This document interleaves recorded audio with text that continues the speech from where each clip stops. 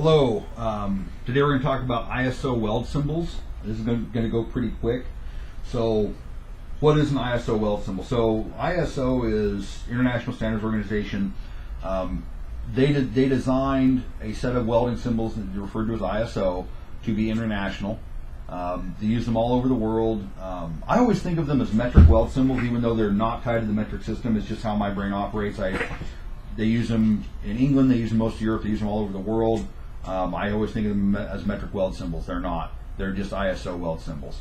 They have a lot of similarities between our AWS weld symbols, but there are some key differences, and we're going to talk mostly about the differences today. So the main difference between an ISO and an AWS weld symbol is they do arrow side and other side very differently than us. What they do to convey other side is they use a dashed multiple reference line. So let's draw a T-joint. That is the world's worst T-joint. So if this weld is symmetrical, and what I mean by that, if I'm going to get the same weld on both sides, I don't need this per ISO. I can just do my normal weld symbol. If the weld is symmetrical, I don't need the multiple reference line. But if it's not, I've got to use the multiple reference line. And by symmetrical, they just mean it's different on one side. Symmetrical means it's the same on both sides. So a non-symmetrical weld symbol would be if I only welded one side of this. If I didn't weld this other side, that is a non-symmetrical weld symbol, and I have to put this dashed multiple reference line in. Now, arrow side and other side, for us, the bottom is always the arrow side, the top is always the other side. Well, in ISO, the solid line is always arrow side, the dashed line is always other side, no matter what side it's on. So in this case, it would be like that. It is on the solid line, which means it is the arrow side, whichever side it's pointing to.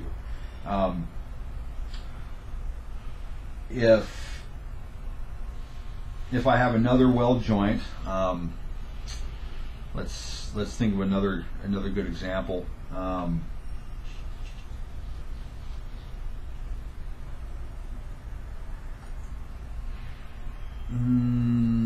Let's do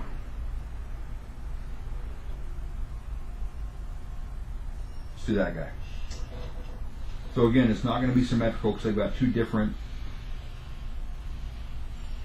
joints here. So my arrow side is going to be, again, the solid line. That's going to be a fillet weld. The other side is going to be a square groove weld. So even though the square groove weld to me is on the other side, it's going to go on what I would, in my mind, per AWS, be on the bottom, which is the arrow side, even though it's on the other side. This really works fine. It's just really weird for us guys that have done AWS welding symbols for 30 years. Not 30 years, 20 years. It's just really kind of alien to us. It's not bad. It's just different, and it works fine. It makes sense. Now that the more I deal with these things, the more sense it makes. I still like my AWS welding symbols better just because I'm so familiar with them, but these work just fine.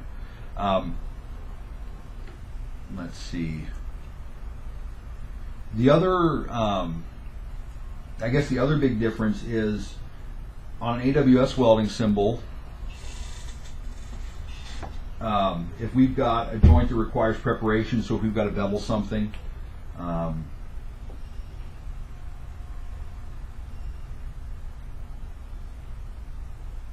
so what I want is that.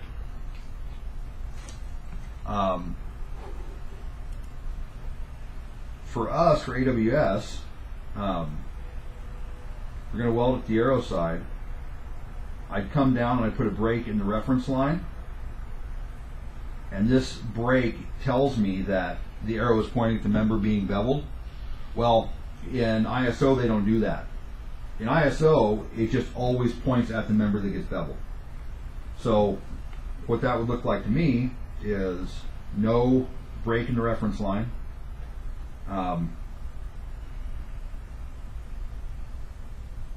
It'd be like that.